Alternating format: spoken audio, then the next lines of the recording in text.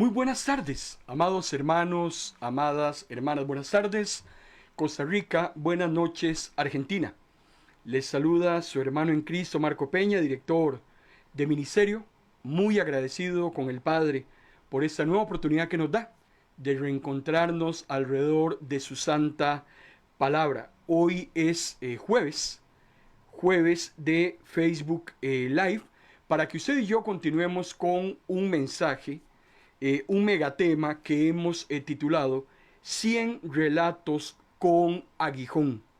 De eso hemos venido hablando en las últimas semanas y agradecemos al Señor por su cobertura, por su presencia en medio de nosotros. Hemos estado analizando una serie de ilustraciones que el Señor Jesús utiliza para hacer comparaciones. Compara verdades bíblicas poco comprensibles y las hace fácilmente entendibles con elementos que suceden en su contexto histórico. Corresponde en esta tarde-noche que analicemos la sesión que hoy hemos titulado Creyentes desocupados.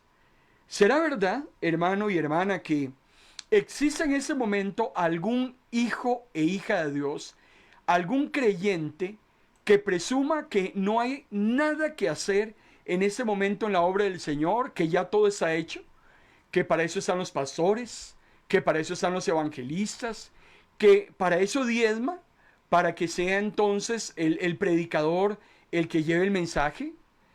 ¿Será verdad lo que dice este enunciado, esta pregunta del tema de hoy? De eso quiero conversar con cada uno de ustedes en esta tarde noche. Les recuerdo que estamos transmitiendo en vivo y en directo a través de nuestra plataforma de Facebook Live y también a través de MP Radio, de noche o de día, tu mejor compañía. Usted puede sintonizar ese mensaje una vez que terminemos y puede ir a nuestra plataforma de Facebook Live y puede volverlo otra vez a visualizar. Puede ir al podcast de MP Radio, Siervos del Nuevo Pacto, que es ese segmento de los martes y los jueves a las 5 de la tarde hora de Costa Rica, o puede ir a ministrosdelapalabra.org, a la cejilla de blog, y volverlo entonces a analizar en formato de texto. Estamos muy complacidos con el Señor porque hoy hicimos un análisis estadístico de sintonía y en esos primeros meses en que hemos salido al aire hemos logrado la sintonía de más de 23,000 personas en 23 países alrededor del mundo. Y damos gracias al Señor porque MP Radio está llegando a hacer la tarea, la gran comisión que Dios le ha encargado a usted y me ha encargado a mí. Ese es el propósito de Ministros de la Palabra: inundar de las Escrituras el mundo entero. Esta plataforma de Facebook Live tiene la posibilidad de llegar a 3 mil millones de personas, 3 billones de personas. Nuestra otra plataforma de YouTube tiene la posibilidad de llegar a 2.8 billones de personas en el mundo. A través de MP Radio podemos alcanzar 176 países. 7 de cada 8 personas en este planeta podrían estar escuchando en este momento el mensaje. Esa es nuestra intención, nuestra finalidad: hacer y engrandecer, hermano y hermana, el mensaje de la palabra. Ese es nuestro fin, esa es nuestra meta. Vamos entonces inmediatamente a analizar entonces el tema que hemos estado anunciando, el relato número 88 de más de 100 relatos que vamos a analizar. Lo hemos titulado Los obreros de la viña. Le invito para que se ubique en el Evangelio de Mateo, capítulo 20, versículo del 1 al 6. Dice la palabra del Señor, está hablando Jesús: el reino de los cielos es también semejante al dueño de una finca que sale por la mañana a contratar obreros para recoger la cosecha. Conviene con ellos en pagarles un denario al día, que es el salario normal, y los pone a trabajar. Jesús es muy claro cuando nos dice en esta ilustración que el reino de los cielos es semejante a. Recordemos que todas las parábolas, las fábulas, las analogías, las alegorías, las imágenes, las ilustraciones, como usted quiera llamarle, tienen un común denominador y un fin, y es que todas ellas convergen en el reino de los cielos. Jesús enseña a los hombres de su contexto histórico, como nos enseña 2000 años después, una verdad que tal vez todavía nos cuesta entender, pero él la quiere aclarar a través de una ilustración conocida en el contexto, que para usted y para mí en ese momento también es bastante diáfana, bastante clara. Agradecemos a los hermanos que están haciendo su reporte de sintonía a través de nuestra plataforma de Facebook Live y nos están indicando que esta señal está saliendo en vivo, en directo, muy transparente, muy clara. Agradecemos a nuestro ministro Juan Antonio Rosa en República Dominicana, que allá está recibiendo esta señal. También ahí está la pastora Alicia Ruffini desde Buenos Aires, Argentina, pastora del ministerio Volver a Empezar. Jesús utiliza entonces una ilustración y nos dice que el reino de los cielos se parece a algo que todos conocemos. Dice Jesús, a ver, imaginémonos algo.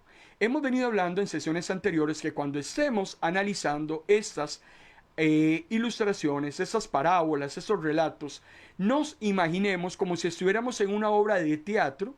Jesús cuenta un relato, era el sistema de enseñar en el contexto histórico, y lo que se hace es que la gente pone mucha atención y se imagina el cuadro que se está gestando. Jesús nos dice, imagínese usted a un dueño de una finca que sale en la mañana a recoger obreros para la cosecha. El relato inicia con una urgencia. Hay algo que para el dueño de la finca es urgente. Tiene una cosecha que está lista, una cosecha que no puede perderse y que cada hora que pasa cuenta. Las urgencias no son las mismas para todas las personas. Lo que es urgente para usted no necesariamente es urgente para mí. Es increíble, hermano y hermana, lo que el texto nos está diciendo a nosotros en esta tarde-noche, y es una urgencia que tiene el dueño de ese terreno, porque tiene una cosecha que tiene que recogerse, porque si no se puede perder. Recordemos que estamos hablando del reino de los cielos.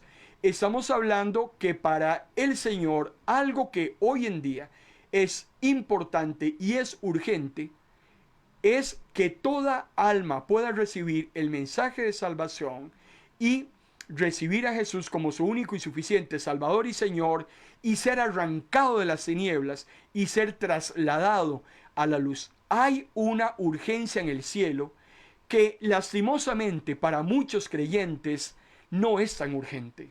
Por eso el tema de esta tarde lo hemos titulado ¿Creyentes desocupados? ¿Es en serio?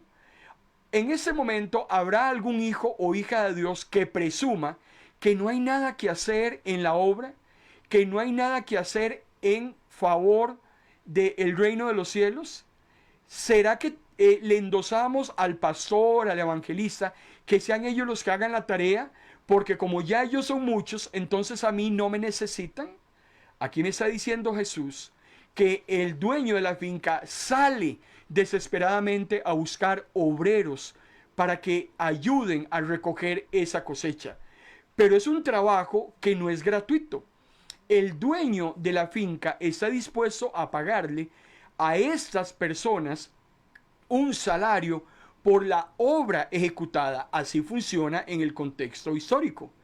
Es interesante porque ya se define de antemano lo que los jornaleros van a recibir por trabajar todo el día en la finca. Si sale muy temprano, presumimos que es a la primera hora del día, según el contexto hebreo, estamos hablando de las 6 de la mañana.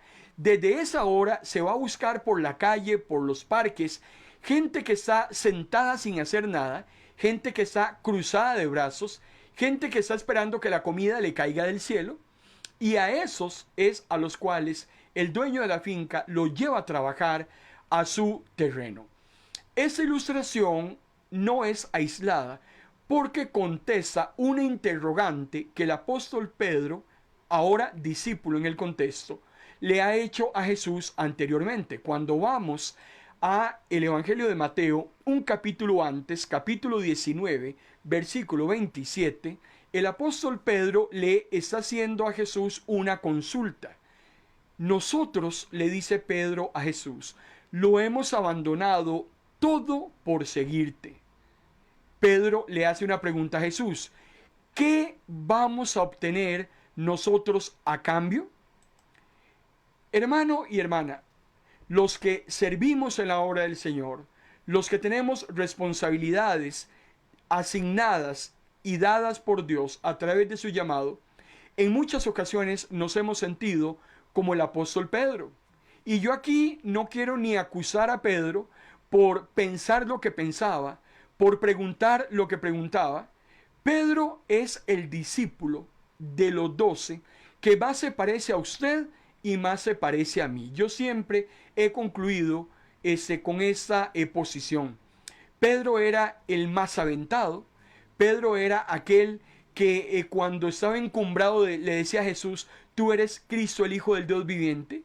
Pero Pedro también, en momentos muy difíciles de duda, Pedro llega a negar a su Señor y hasta maldecir el haberlo conocido.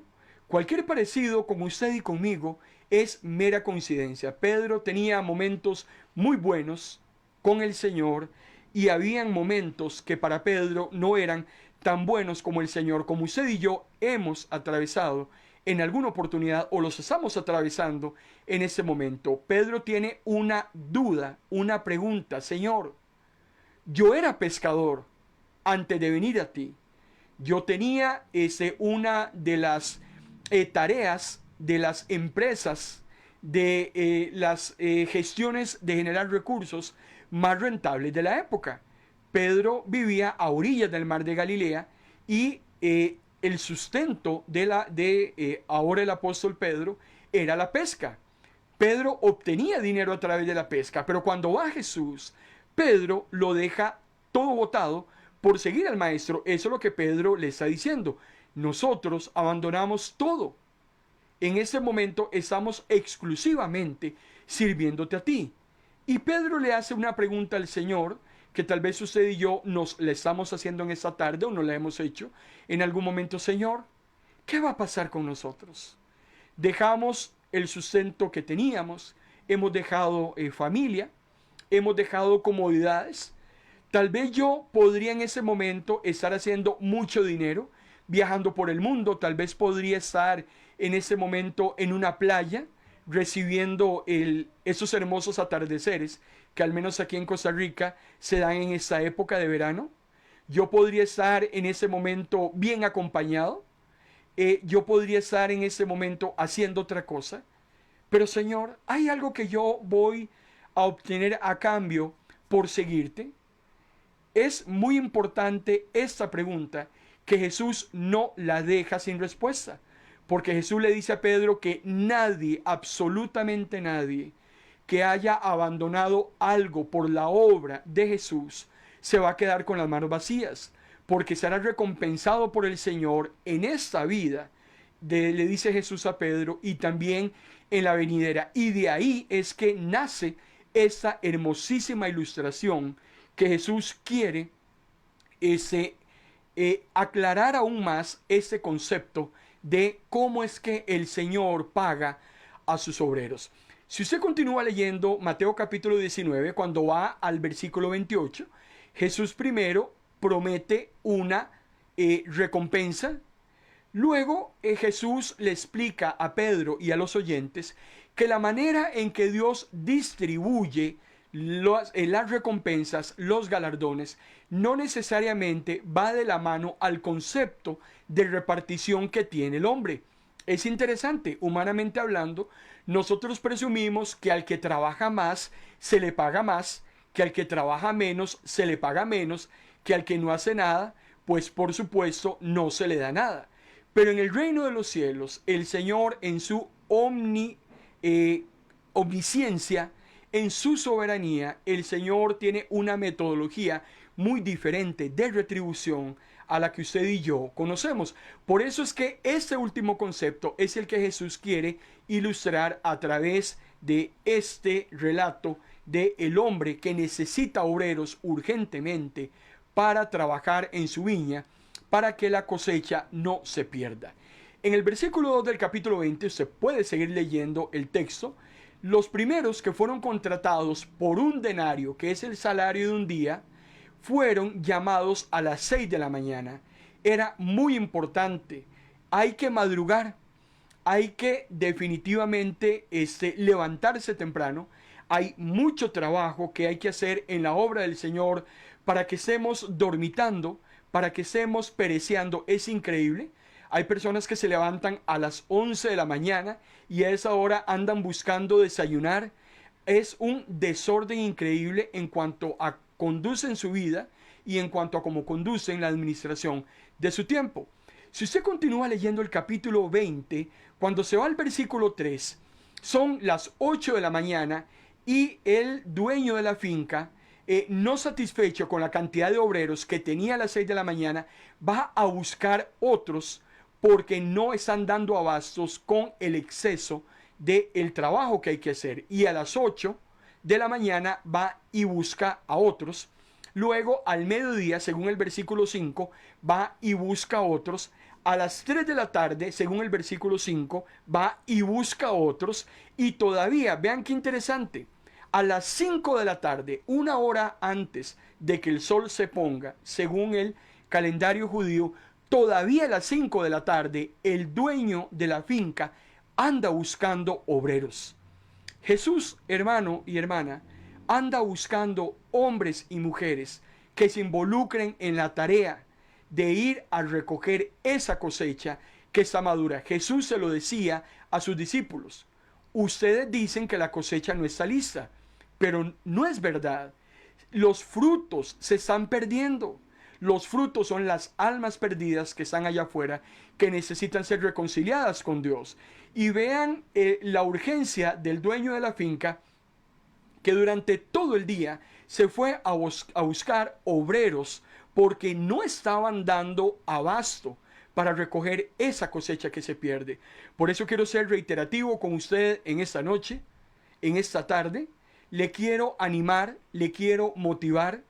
Hay mucho trabajo que hacer en la obra del Señor. No sé cuál es su concepto, no sé cuál es su pensamiento, pero hay mucha cosecha que usted y yo tenemos que recoger. Almas que se están perdiendo, frutos que están, hermano y hermana, cayéndose y que por lo tanto, si no los cosechamos, se van a terminar perdiendo. Eso le habla mucho a usted y me habla a mí acerca de la grandísima responsabilidad que tenemos con el Señor. Todavía a las 5 de la tarde había necesidad de buscar obreros para esa finca. Pero en fin, termina el día y es momento de pagarle a todos aquellos obreros que habían sido contratados a lo largo de esa luz día, desde las 6 de la mañana, los primeros que fueron contratados, a las 6, a las 8, al mediodía, a las 3 y todavía a las 5, es momento de que reciban su paga. Ha llegado la noche, ya no hay absolutamente nada que hacer. Recuerde usted, hermano y hermana, que Jesús era muy claro cuando hablaba de la luz día y de la luz noche. Jesús anteriormente había dicho que es mucha la mies y que son pocos los obreros. Pero el problema es que la tarea que vayamos a hacer la haremos siempre y cuando sea de día. En la noche ya no podremos hacer absolutamente nada. Y esto tiene un gran simbolismo, ya lo hemos analizado en sesiones anteriores de Facebook Live, cuando hemos dicho que la luz día para trabajar es precisamente las oportunidades que el Señor le ha otorgado a usted y me ha otorgado a mí durante nuestra estancia en la tierra, porque tarde o temprano nos va a llegar a todos la noche, cuando ya no haya absolutamente nada que podamos hacer por mejores intenciones que tengamos. Llegó la noche, lo que se perdió, lo que se recogió. Sin embargo, el dueño de la finca ha asumido un compromiso. Qué hermoso, hermano y hermana, este tema de las recompensas de Dios hacia sus siervos. este texto a mí me deja totalmente claro que todo lo que usted y yo hacemos para la obra del Señor tiene un gran valor para Él, así como Él valora las almas que son rescatadas y llevadas otra vez esas ovejas al redil. Así el Señor tiene en muy alta estima aquellos hombres y mujeres que se involucran en la tarea divina. Mateo capítulo 20, versículo 8 al 10 nos dice que ha llegado la hora de pagar. Ha llegado el momento de cancelar la gestión en la que todos los que sirvieron ese día estuvieron involucrados. Por la noche, el pagador fue llamando a cada uno de los obreros para pagarles. Comenzó por los últimos que había contratado. A los que llegaron a las 5 de la tarde les pagó un denario.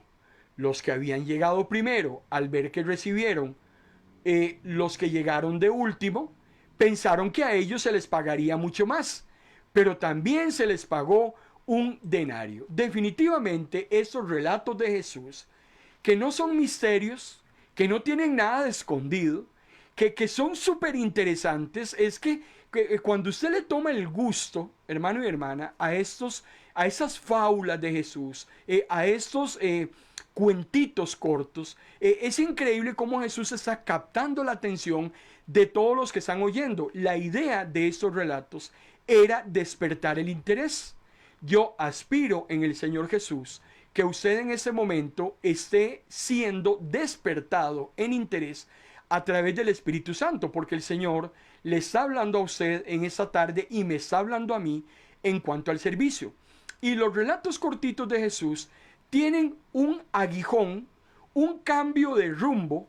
Son cuentos muy cortos, la gente está muy atenta y los desenlaces de los cuentos siempre son muy inesperados. Por eso los hemos llamado relatos con aguijón, porque las palabras de Jesús nos motivan a la acción, nos mueve a hacer algo, nos pone contra las cuerdas en un momento en que usted y yo tenemos que decidir. Ahora, en el momento de pagarle a cada uno de los obreros, qué interesante, no les paga conforme al orden en que los fue llamando. Va a pagarle a los últimos que llamó y va a dejar de último a los primeros que llamó. Y a los últimos que llama, que trabajaron una hora, les paga un denario, o sea, el salario de un día. Si usted recuerda, a los que llamó a las 6 de la mañana, les promete pagarles un denario. Pero a los que sigue llamando a las 8, al mediodía, a las 3 de la tarde, y los que llama a las 5 de la tarde, nunca les dijo cuánto les iba a pagar. Vean qué interesante. Si usted está llevando el hilo conductor del relato, usted podrá notar que hay cosas que el dueño de la viña, de la finca, de la cosecha, no sé, la Biblia no es clara, estoy inventando, por decirlo de alguna manera, el dueño de la finca le dijo a los de las 6 de la mañana lo que les iba a pagar, pero no le dijo al resto lo que les iba a pagar. Claro, cuando los primeros que fueron contratados, hermano y hermana, saben de que les ha pagado un denario a los que trabajaron una hora nada más, ellos dijeron, de ahí, si a esos que trabajan una hora les pagó un denario, nosotros que hemos laborado 12 veces lo que estos laboraron, nada más imagínense la clase de sueldazo que nos vamos a llevar. De ahí, hasta me imagino que lo multiplicaron por 12. Los de las 5 trabajaron una hora, ellos trabajaron 12 horas. Ellos trabajaron 12 veces los que trabajaron una hora desde las 5 a las 6 de la tarde. Pero lo interesante es que ellos vieron que se les pagó exactamente lo mismo por trabajar 12 horas a aquellos que apenas habían trabajado una hora. Y eso, lógicamente, hermano y hermana, generó molestia, generó enojo, generó consulta por parte de los que habían llegado a las 6 de la mañana. En un mundo como el nuestro, usted fácilmente, y yo sé que los hombres y mujeres que estaban en el contexto de Jesús pensaron lo mismo. Uno, en una leída muy rápida, uno dice, ¿pero por qué? ¿Por qué si yo trabajo 12 horas, ¿Por qué me van a pagar a mí lo mismo que el que trabaja una hora? Yo no sé si usted estaría de acuerdo en que en su empresa a usted lo pongan a trabajar 12 horas al día, a su compañero de trabajo 1 hora al día y al final de mes le den el salario idénticamente igual a los dos. Usted se cuestiona, usted se enoja, usted le arma un quilombo, como dicen en Argentina, al jefe, usted hasta renuncia. Porque la primera palabra que a usted se le viene a la cabeza es la palabra injusticia. ¿Qué injusticia? Yo trabajé 12 horas, me pagan un denario. Ese fulano llegó a las 5 de la tarde y le pagan un denario. Hey, pero me hubieran llamado mejor a las 5 de la tarde. Y empiezan un montón de especulaciones, porque dice Mateo capítulo 20, del 11 en adelante, inmediatamente uno protestó ante el dueño y le dice, esa gente trabajó solo 1 hora y le están pagando lo mismo que a nosotros, que trabajamos de sol a sol. Amigo, le contesta el dueño, ¿no quedamos en que se te iba a pagar un denario al día? Pues tómelo y váyase. Claro, a los primeros que llamó el dueño de la finca a las 6 de la mañana, ¿cuál fue el convenio? Un denario. Usted va a trabajar 12 horas y le paga un denario. ¿Acepta? Ellos dijeron, acepto. Y fueron a trabajar. Eso es lo que le está diciendo el dueño de la finca. A ver, yo no les estoy mintiendo, no les estoy robando, yo les estoy pagando lo que usted y yo acordamos. Acordamos un denario y eso es lo que le estoy pagando. No entiendo, le dice el dueño, cuál es la molestia que usted tiene en este momento por estar viendo lo que yo le estoy pagando a los demás. Mi negocio fue con usted. Mi trato fue con usted. No es con el pastor, no es con el diácono, no es con su esposa. Yo los tratos, te dice Jesús, los hago con usted. Yo negocio con usted. Usted no tiene que ver lo que yo hago con los demás. Usted no tiene que molestarse. Usted no tiene que opinar. Ahora, la pregunta que yo quiero hacerle a usted en esta tarde. ¿Usted siente, hermano y hermana, que la persona que está recibiendo un denario y que trabajó 12 horas fue engañado en la prestación de sus servicios? A ver, si yo en ese momento tengo, y hagámoslo todavía más claro, imagínese usted que yo tengo en ese momento $10,000 y yo quiero repartirlos entre Juan Antonio de República Dominicana y Alicia de Argentina. Entonces yo cojo los $10,000 y yo digo, voy a darle $9,000 a Juan Antonio, los voy a repartir, llamo a los dos y les digo, voy a repartirles a ustedes $10,000. Entonces tal vez Juan Antonio dice, bueno, si nos van a repartir, nos van a dar 5 y 5. Dice Alicia, bueno, ahí sí, 5 y 5 para cada uno. Pero a mí se me ocurre darle 9,000 a Juan Antonio y darle solo 1,000 a Alicia. Punto. Entonces, Alicia se me queda viendo y me dice, pero, a ver, ministro, no es que usted lo iba a repartir. De Alicia, yo lo estoy repartiendo. Pero ¿por qué le da 9 a Juan Antonio y por qué me da 1 a mí? Mi respuesta es, Alicia, con todo respeto, mi plata es mi plata. Mi dinero es mi dinero. Yo hago con mis recursos lo que yo desee. No tengo por qué preguntarle a nadie lo que yo hago con lo que es mío. Si a mí me place darle 9 a Juan Antonio y darle 1 a usted, yo no estoy siendo injusto. Es mi plata. Yo soy el que decido cómo distribuirla. Eso es lo que nos está diciendo el relato en cuanto a la forma en que el dueño está pagándole a todos. Pero no le miente al de las 6 de la mañana, le está pagando lo que le dijo que le iba a pagar. Vean lo que dice el versículo 14 del capítulo 20. Y porque yo quiero pagarle, dice el dueño de la finca a los que estuvieron reclamando, y porque yo quiero pagarle a todos los trabajadores lo mismo, no me vengas ahora con que es injusto que yo haga con mi dinero lo que me plazca. Por tanto, no tienes razón para enojarte. Así pues, los primeros serán los últimos, y los últimos, dice Jesús, serán los primeros. Y aquí definitivamente el Señor nos está dando a usted y a mí en esta tarde, noche, hermano y hermana, una bofetada. Porque el parecer de esos hombres que llegaron a las 6 de la mañana es el parecer que muchos creyentes tienen hoy en día. Y usted y yo lo que primero tenemos que comprender, si no lo hemos comprendido, es que el reino de los cielos no funciona de la misma manera en cuanto a la ley de retribución a como nosotros estamos acostumbrados en este planeta. Olvídese.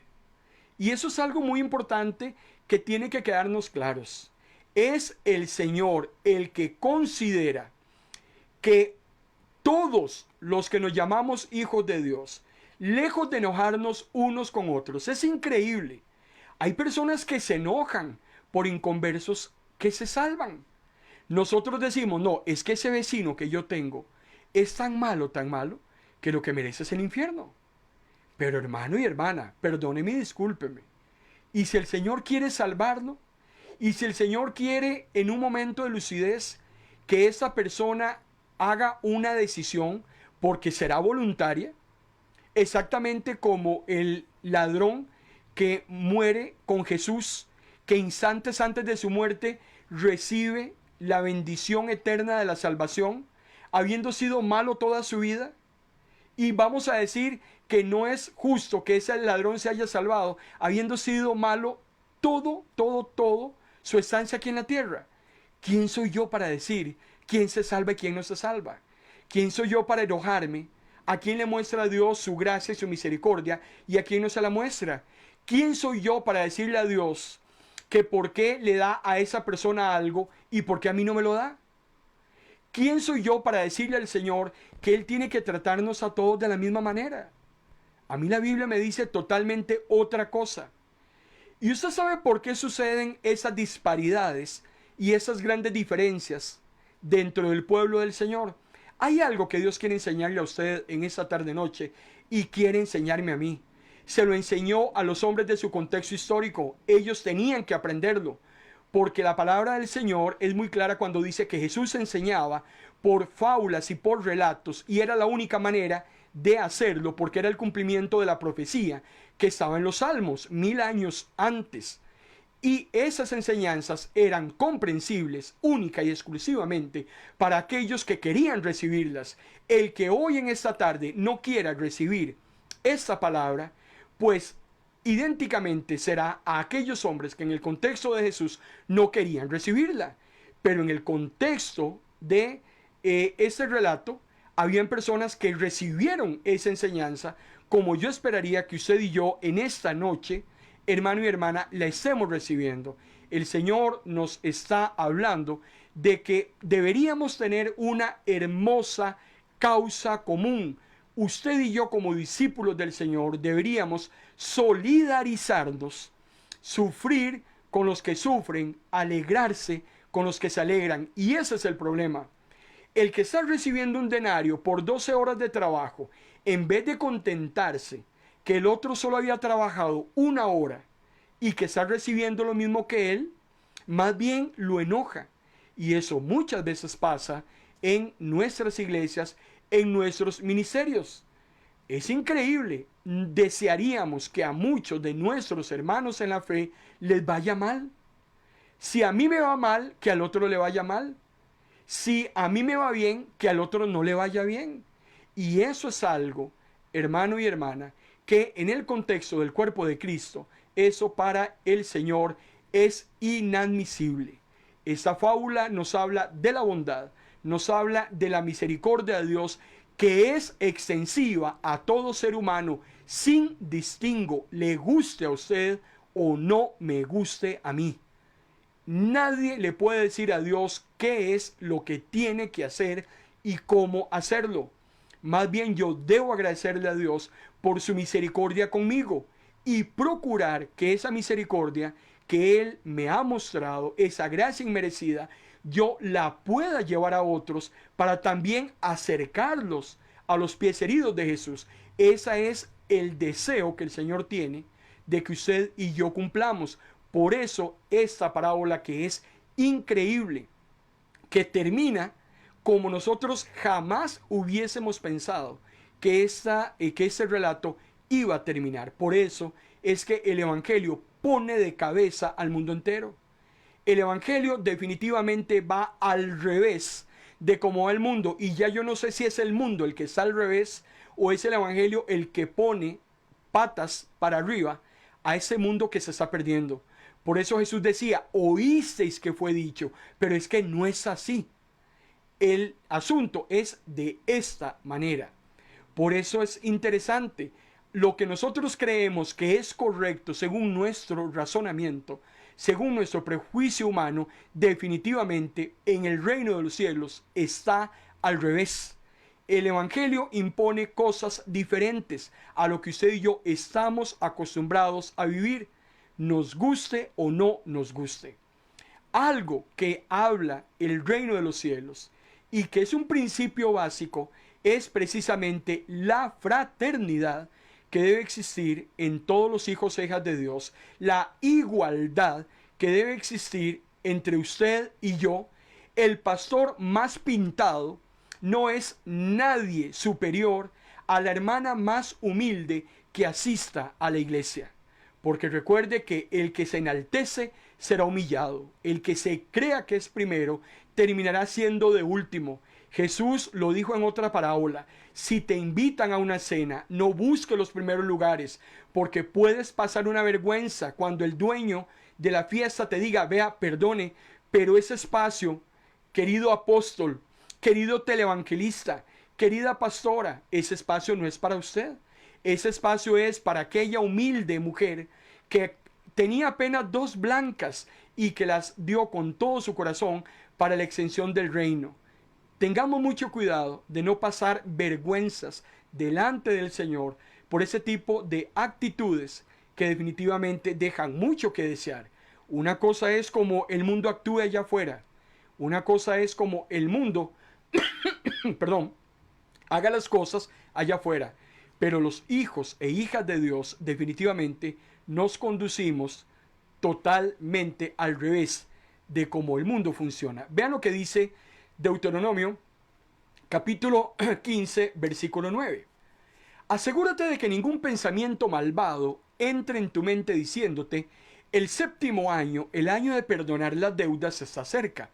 Y mires a tu vecino pobre de manera hostil y no le des nada, pues él se quejará de tu conducta ante el Señor y se te encontrará culpable de pecado. Lo que Deuteronomio me está diciendo era un cumplimiento que debía observarse y era en cuanto a la igualdad de todos aquellos que pertenecían al pueblo. Yo debo ayudar cuando hay una oportunidad de ayudar. Yo me alegro con los que se alegran. Yo sufro y muestro empatía con los que están sufriendo. El mundo en ese momento tiene un enunciado que dice que cada uno debe obtener lo que merece. Cuando usted vaya afuera y hace una encuesta con las personas que usted se encuentra en cualquier lugar, usted le preguntará a la gente, ¿usted qué cree? El mundo, ¿usted qué piensa? ¿Cada persona debe obtener lo que merece? E inmediatamente a usted le van a decir que sí.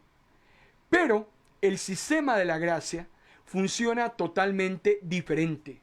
Dios trata con usted y conmigo no de acuerdo a lo que nosotros, hermano y hermana, somos. No de acuerdo a lo que yo presuma que merezca. Porque muchas veces yo me equivoco creyendo que yo merezco más en la obra del Señor que otros. Y es aquí donde el orgullo, la altivez, la soberbia entra a jugar un papel nefasto en la vida de los creyentes. Hay hombres que dicen, bueno, es que como yo soy el pastor, entonces el Señor me tiene que dar muchísimo más que al hermanito que solamente llega los domingos a la iglesia.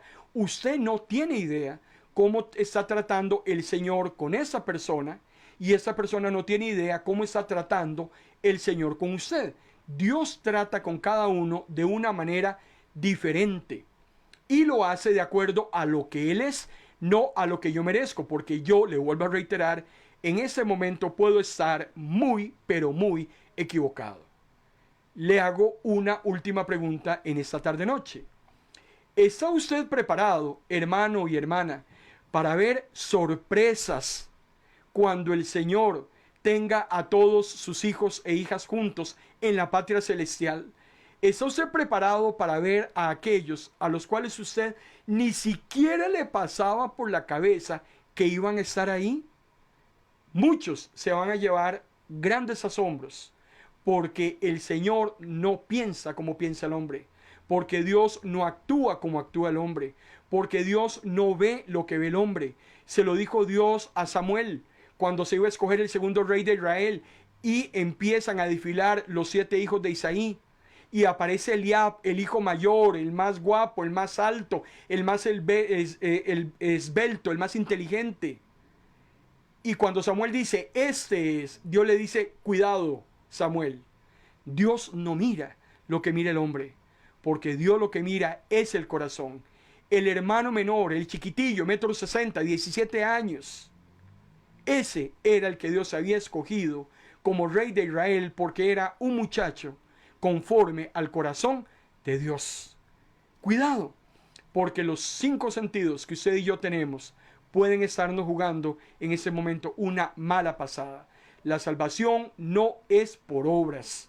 Es importante que quedemos claro en esta tarde.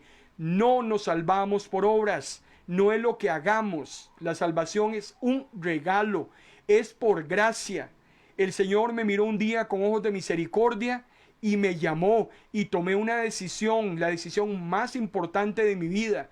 Y hasta ese día yo sé y tengo la claridad que no me equivoqué. Espero que usted tenga el mismo concepto y la misma claridad. Pero si el Señor fue así con usted, ¿usted no cree que sus hijos merecen la misma misericordia que Dios le mostró a usted?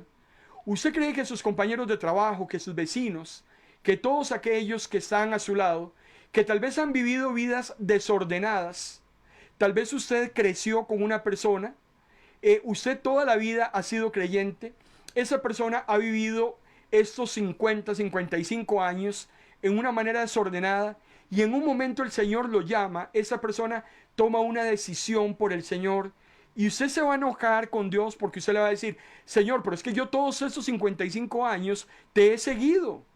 Y viene ya a esta edad, después de haber hecho todo lo que quiso, viene, te acepta y también se va a salvar. El Señor te dice en esta noche, pues así es. El Señor no le va a cerrar nunca las puertas a ningún hombre y a ninguna mujer cuando tengan vida y tengan esperanza de buscarlo, indistintamente a la edad en que el hombre vaya a buscar del Señor. Aquí no es un tema de edad. Lo ideal sería que desde edades tempranas buscáramos al Señor. Pero hermano y hermana, hay situaciones disímiles en el ser humano que yo no puedo entender. Mi capacidad de razonamiento no me da para poder responder a esas grandes preguntas. ¿Por qué el ladrón que muere a la par de Jesús se salva minutos antes de morir, habiendo sido malo toda su vida? No lo puedo responder.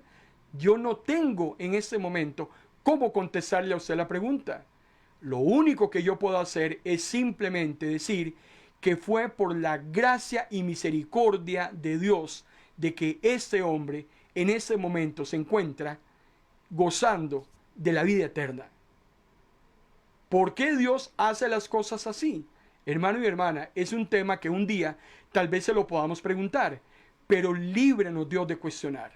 Líbrenos Dios de atravesarnos en sus designios, en sus voluntades, mucho menos asumir esos enojos de por qué a los demás van a recibir exactamente lo mismo que he recibido yo, estando 12 horas trabajando y ellos apenas una. Recordemos que todo nuestro servicio se lo debemos a Dios, le pertenece a Él. Cada llamado, cada oportunidad, hermano y hermana, es un regalo de su gracia. Lejos de enojarnos, lejos de cuestionarnos, lejos de hacer las preguntas que no tenemos que hacer, En primer lugar, agradezcámosle a Dios por esa misericordia que Él ha tenido para nosotros. Bendito Dios que nos vio con ojos de amor, y por eso es que hoy somos llamados hijos e hijas. Ahora, ¿cuál es el problema de ser el primero o ser el último? Porque Jesús dice que los primeros van a ser últimos y los últimos los primeros. Todos aquellos que fueron llamados al final de los finales recibieron un pago, ¿sí o no? Entonces, ¿cuál es el problema? Que yo sea el último de la lista, a que yo sea el primero de la lista. No nos van a dar a todos exactamente lo mismo. Póngase a pensar usted en ese concepto. Si todos vamos a ir a la patria celestial, bendito Dios, y ese es nuestro anhelo y nuestro deseo, yo quisiera que usted estuviera seguro de eso.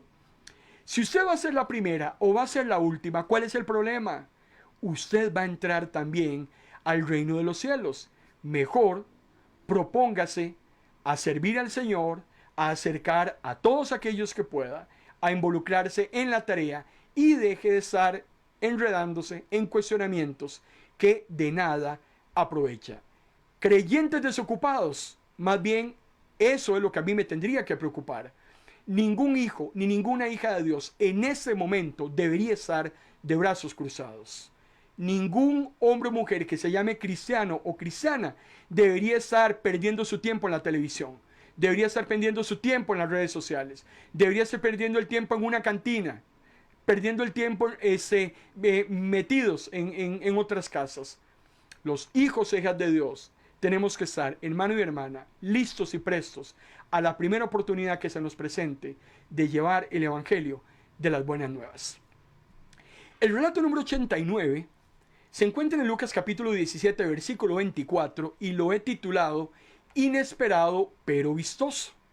Jesús en este versículo es una ilustración muy corta, está en un solo versículo y dice: porque el día del Hijo del Hombre, Él va a resplandecer como un relámpago que ilumina el cielo de un lado hacia el otro. Jesús está utilizando la ilustración del relámpago. Eso es lo que hace un relámpago. Un relámpago ilumina. Pues Jesús dice que cuando Él venga en su segunda venida, o sea, en la segunda parte de la segunda venida, dice que todo ojo lo va a ver, que será algo visible para el mundo entero. Pero lo que sucede es que en el contexto de Jesús, como sucede hoy, muchos se hacían pasar por Jesús y muchos decían que el Mesías ya había venido. Dentro de las advertencias que hace Jesús de las señales antes del fin es que tengamos mucho cuidado cuando alguien nos diga que Jesús ya vino, cuando alguien nos diga que Jesús en ese momento anda por segunda vez en el mundo, porque Jesús ya nos lo había advertido. Hay muchos falsos cristos en ese momento, hay muchos apóstatas, hay muchos falsos maestros. Jesús es claro en Mateo 24 que cuando Él venga, su segunda venida definitivamente va a ser pública y espectacular. Manejemos ese principio y ese enunciado cuando usted escucha en una red social que aparece una mujer que se llama Jesús encarnado. En ese momento hay una secta mundial donde es una mujer la que se ha atribuido llamarse Jesús encarnada en cuerpo de mujer. Eso de los disparates que uno dice, pero ¿cómo es posible que esto suceda? Bueno, esto no debe asustarnos porque Jesús ya nos lo había, hermano y hermana, anunciado. Jesús lo que quiere es que usted y yo tengamos totalmente claros, y si todavía no lo hemos comprendido, vamos a Mateo capítulo 24, donde Jesús ahora nos retoma el tema y dice: si alguien les dice que el Mesías ha regresado y está en el desierto, no se les ocurra ir a verlo. Si les dice que está escondido en cierto lugar, no lo crean, porque mi venida será tan visible como un relámpago que cruza el cielo de este a oeste. Los hijos e hijas de Dios creemos que cuando el Señor venga por segunda vez, en la segunda fase de su segunda venida, a traer juicio, y vendrá con los santos a traer juicio sobre la humanidad, eso será algo visible desde los 4 puntos cardinales de la tierra. Él lo ha dicho así. Cualquier otro concepto humano en cuanto a la segunda venida del Señor es una mentira y es una falacia. La segunda venida del Señor será como un relámpago, algo que todos lo ven en cualquier lugar donde se encuentren. Y cuando esto suceda, hermano y hermana, definitivamente sálvese quien pueda. Por eso es muy importante estar muy atentos, muy pendientes a ese regreso inminente de Jesús a esta tierra. La venida del Mesías será y es segura, aunque no sabemos cuándo va a ocurrir. Cuando dice que será pronto, pronto no es que va a ser dentro de 5 minutos. La prontitud se traduce como inminencia y será espectacular. El Señor nos llama a usted y a mí a no hacer especulaciones, a no utilizar calculadoras. Ahora hay mucha gente especialista en andar viendo cuestiones en la luna, cuestiones en el sol, situaciones de guerra, trayendo doctrinas erróneas, interpretando mal la Biblia. Hermano y hermana, no caiga en el error, no se dejen engatusar, vaya a la palabra del Señor. Si usted tiene alguna duda, no se la pregunte a fulano o a sutano, no se ponga a estar viendo videitos en las redes sociales que son simplemente mentiras traídas por el enemigo. Vaya a la palabra del Señor. Lo que el Señor quiere, uniendo este relato al anterior que observamos, es que cuando Él venga por segunda vez, lo encuentre a usted y me encuentre a mí ocupadito, cumpliendo nuestro deber de una manera paciente, esperando su regreso, pero con mucha fidelidad. Creyentes desocupados, olvídese. Vagabundos sentados esperando simplemente al retorno del Señor mientras las almas se pierden. Cuidado, tenga mucho cuidado.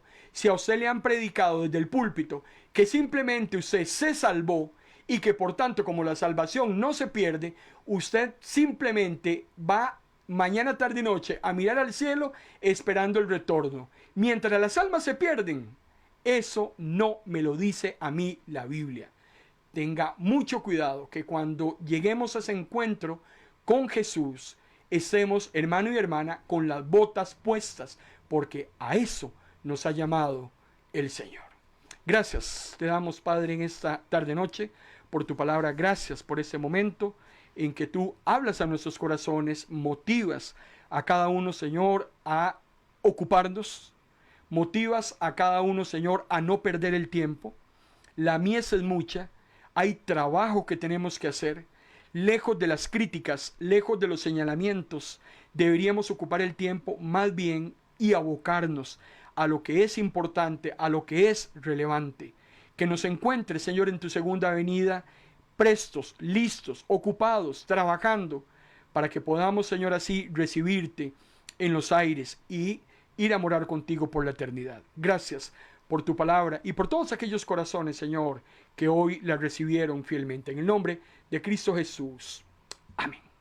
Gloria al Señor. Les recuerdo, amado hermano y hermana, que a las 7 de la noche, hora de Costa Rica, exactamente poco más de una hora, la doctora Gisela Araya tendrá su programa radiofónico a través de MP Radio, titulado Psicología del Alma. La doctora Araya va a estar hablando en esta noche de un trastorno que le sucede a muchos seres humanos, un trastorno emocional, un trastorno mental que está relacionado con ese descontrol que se da por los impulsos.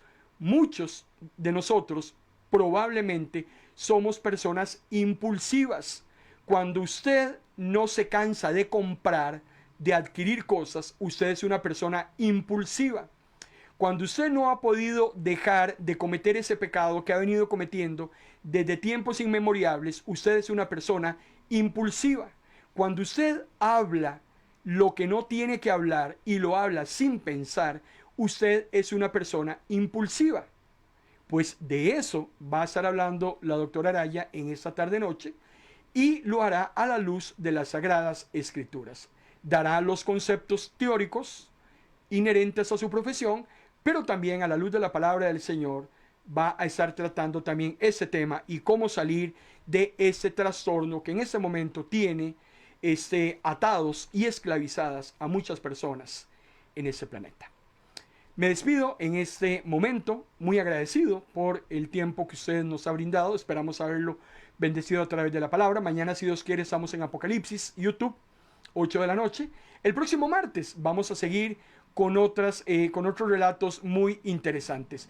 El próximo martes voy a hablarle de las mamás.